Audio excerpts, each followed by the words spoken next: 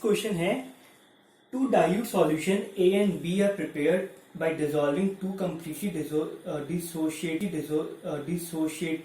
solute Ma which has molecular weight x and Ma2 which has molecular weight 2x in a water respectively. Each solution contain W2 gram, ठीक है, W2 grams of the respective solute, W2 gram of the respective solute and W1 gram of water.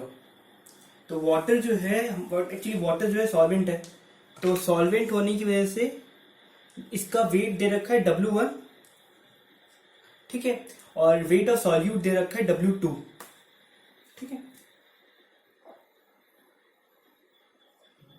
W2 solute दे रखा है, W2 दे रखा है weight of solute, और elevation of boiling point है TA का delta TB और डेल्टा TB है elevation of boiling point B. तो हमको क्वेश्चन में पूछा गया है कि what will be the ratio of TB A plus TB B.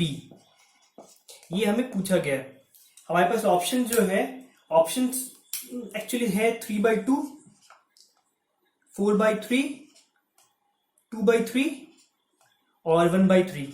इनमें से ये चार ऑप्शंस है, तो हमें पता करना है कि इसमें से कौन सा वाला राइट आंसर है. ठीक है, तो वील स्टार्ट द सॉल्यूशन. तो हम पहले इसे मिटाते हैं. ठीक है, इसे मिटाते हैं. इसे पूरा रब कर दिया मैंने, जल्दी. ठीक है, और हम फिर से लिखेंगे हमारा ऊपर जो मेन क्वेश्चन है, मतलब what is the main problem. वो है हमारा ये फाइंड करना कि TBA अपॉन डेल TBB क्या है.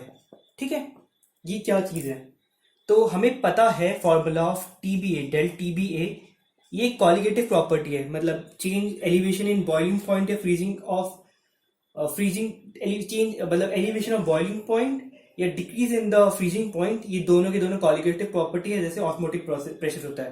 तो ये जो है ये कॉलिगेटिव प्रॉपर्टी है. तो मैं बस बता रहा हूं in general, it is a colligative property.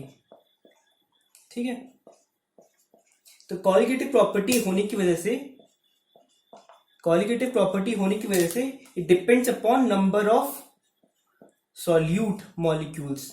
Solute number of solute molecules या नंबर ऑफ सॉल्यूट मोल्स या कुछ भी कह लो.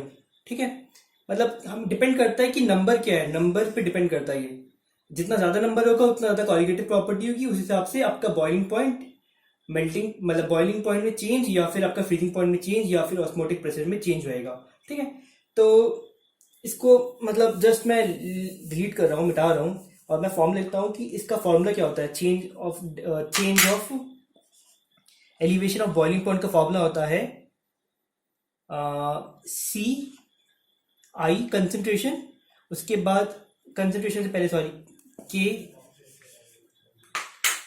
K इंटू उसका K into molarity into I. जो I है वो है वेंटो फैक्टर. मैं जस्ट 2 सेकेंड लगा, मतलब I will take 2 minutes to explain what is van't factor. जिनको पता है इट्स गुड, बट जिनको नहीं पता है they will learn Vento factor. ठीक है, तो what is van't factor. Vento factor क्या होता है, अगर if I am taking a compound MX. ठीक है, तो MX जैसे ही इसकी सॉल्वेंट डालूंगा, किसी सॉल्वेंट में डालूंगा मैं, तो जो MX है वो डिसॉल्व हो जाएगा, वो ब्रेक हो जाएगा M प्लस X माइनस में. ठीक है, जैसे मान लेते हैं हम NaCl लेते हैं, NaCl को हम लोग वाटर में डिसॉल्व करते हैं. ठीक है, तो ये बन जाएगा Na प्लस Cl माइनस. ठीक है, अगर मैं लेता हूं NaCl की बजाय KCl, ठीक है, तो ये हो जाएगा मेरा K प्लस Cl माइनस. ये K प्लस Cl माइनस, तो ये मतलब ये हुआ सॉल्ट के केस में, दोनों सॉल्ट्स है. लेकिन अगर मैं लेता हूं कोई शुगर मॉलिक्यूल, तो ऐसा नहीं कि शुगर मॉलिक्यूल ब्रेक हो जाएगा. ऐसा नहीं कि हर मॉलिक्यूल ब्रेक होता है, हर मॉलिक्यूल 2 में डिवाइड होता है. कुछ मॉलिक्यूल ब्रेक होते हैं, कुछ मॉलिक्यूल ब्रेक नहीं होते। तो मान लेते हैं अगर मैं कोई बहुत हार्ड कंपाउंड लेता हूँ तो it will not completely dissolve. जैसे ये तो कंप्लीटली के प्लस और सी एम में डिजॉल्व हो जाएगा, लेकिन अगर मान लो मैं कोई मॉलिक्यूल लेता हूँ, जैसे कि एग्जाम्पल के तौर पे if I have somewhat example, I am just taking some molecule, मान लेते हैं जैसे कि it is a very less miscible molecule, let's assume I am taking A B. और अगर ये अच्छा मिसिसेबल नहीं है, if it is not good miscible, if it is non miscible, तो ये जो है वो टूट नहीं पाएगा, ये एक्चुअली ब्रेक नहीं हो पाएगा। ये जो है ए प्लस और बी माइनस पे टूट नहीं पाएगा अच्छे से, मतलब कुछ कुछ डिसोशिएट होगा कुछ।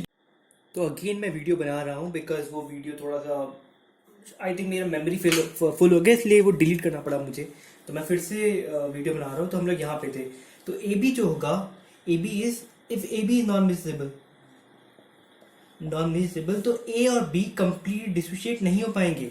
ठीक है, कंप्लीट डिसोशिएट नहीं हो पाएंगे, पर हम लोग इस चीज का यहाँ पे यूज नहीं करेंगे। तो हम वील अज्यूम जो हमारा ए बी है, जो या फिर हमारा जो एम एक्स है, हमारा एम एक्स है वो कंप्लीट डिसॉल्व हो चुका है एम प्लस में प्लस एक्स माइनस में। ठीक है, तो क्योंकि पहले था यहाँ पे 1 और ये था 0 0 और इसके बाद ये हुआ 0 और ये हो गया 1 1। ठीक है, तो इसका मतलब है इसका वेंट ऑफ फैक्टर जो होगा, इसका वेंट ऑफ फैक्टर तो फाइनली क्या था, फाइनल था एम एक्स जो हुआ एम प्लस एक्स माइनस, तो ये हो गया 0, ये 1 1 और इनिशियल, ये फाइनल हो गया। तो initial upon final upon initial. ठीक है, तो अगर वेंट ऑफ फैक्टर या आई निकालना है तो आई होता है हमारा फाइनल अपॉन इनिशियल। ठीक है, इनिशियल फाइनल नंबर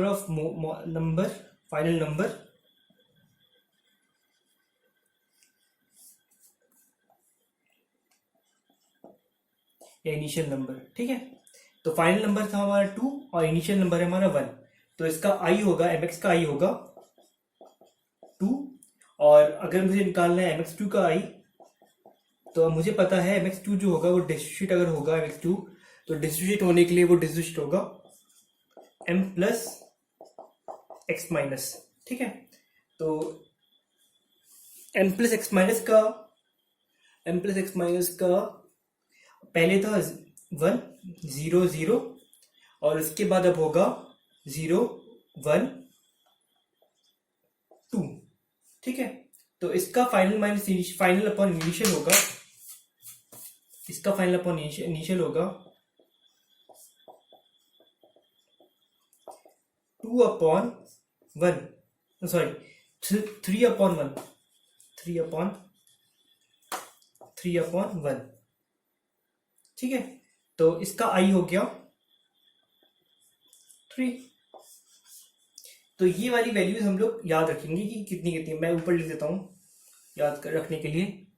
तो मेरे पास है एम एक्स और मेरे पास है एम एक्स 2, इसका आई हो गया 1, इसका आई हो गया अच्छे से लिख लेता हूँ यार मैं, I should need table, proper table बना के लिख रहा हूँ मैं, ताकि आपको चीज़ें समझ आए कि क्या हो रही है क्या नहीं हो रही है। ठीक है, तो जब मैं लेता हूं mx और जब मैं लेता हूं mx2, तो इसके केस में मेरा आई होता है 1, इसकी आई 2 और इसी केस में आई 3। ठीक है, ऊपर आई, और मैं इसे मिटा रहा हूं। और हाँ, मैंने एक और चीज तो बताना वो भूल गया मैं, और वो है केबी। केबी जो है वो है कांस्टेंट, एक तरह का कांस्टेंट। ठीक है, elevation constant.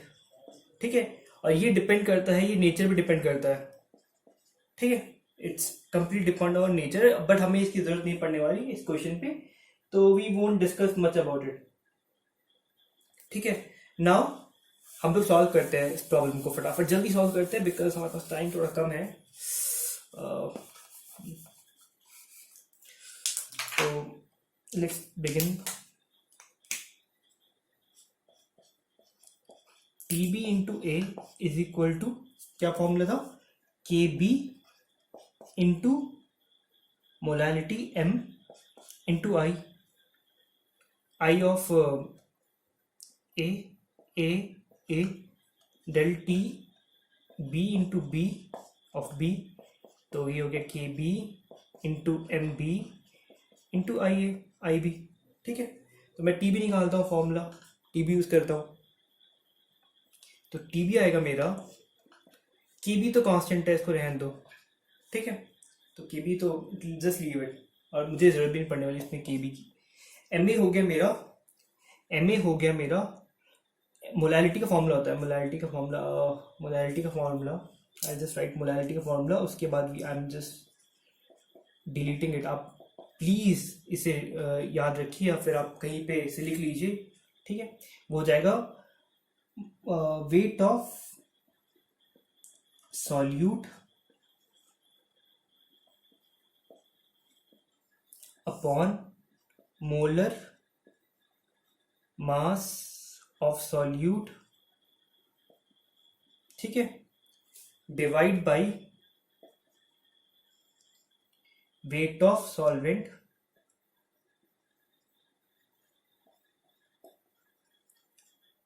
Into 100 into 1000।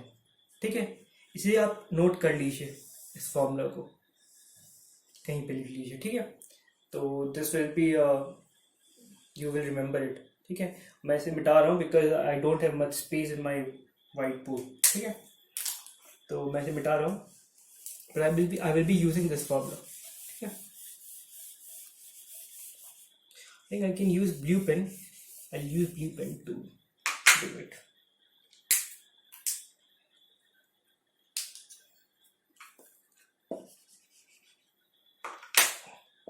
KB into हमारा KB into MA into IA, तो विच is equal into KB into MA का हो गया what is the mass of MA का मास लिया था हमने W2।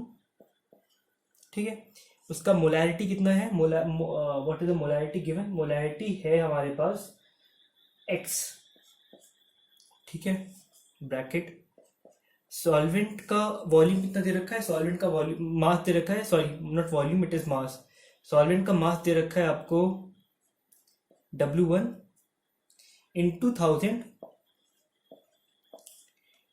और IA कितना है इसका, IA है इसका MX के लिए I है 2, और डेल TB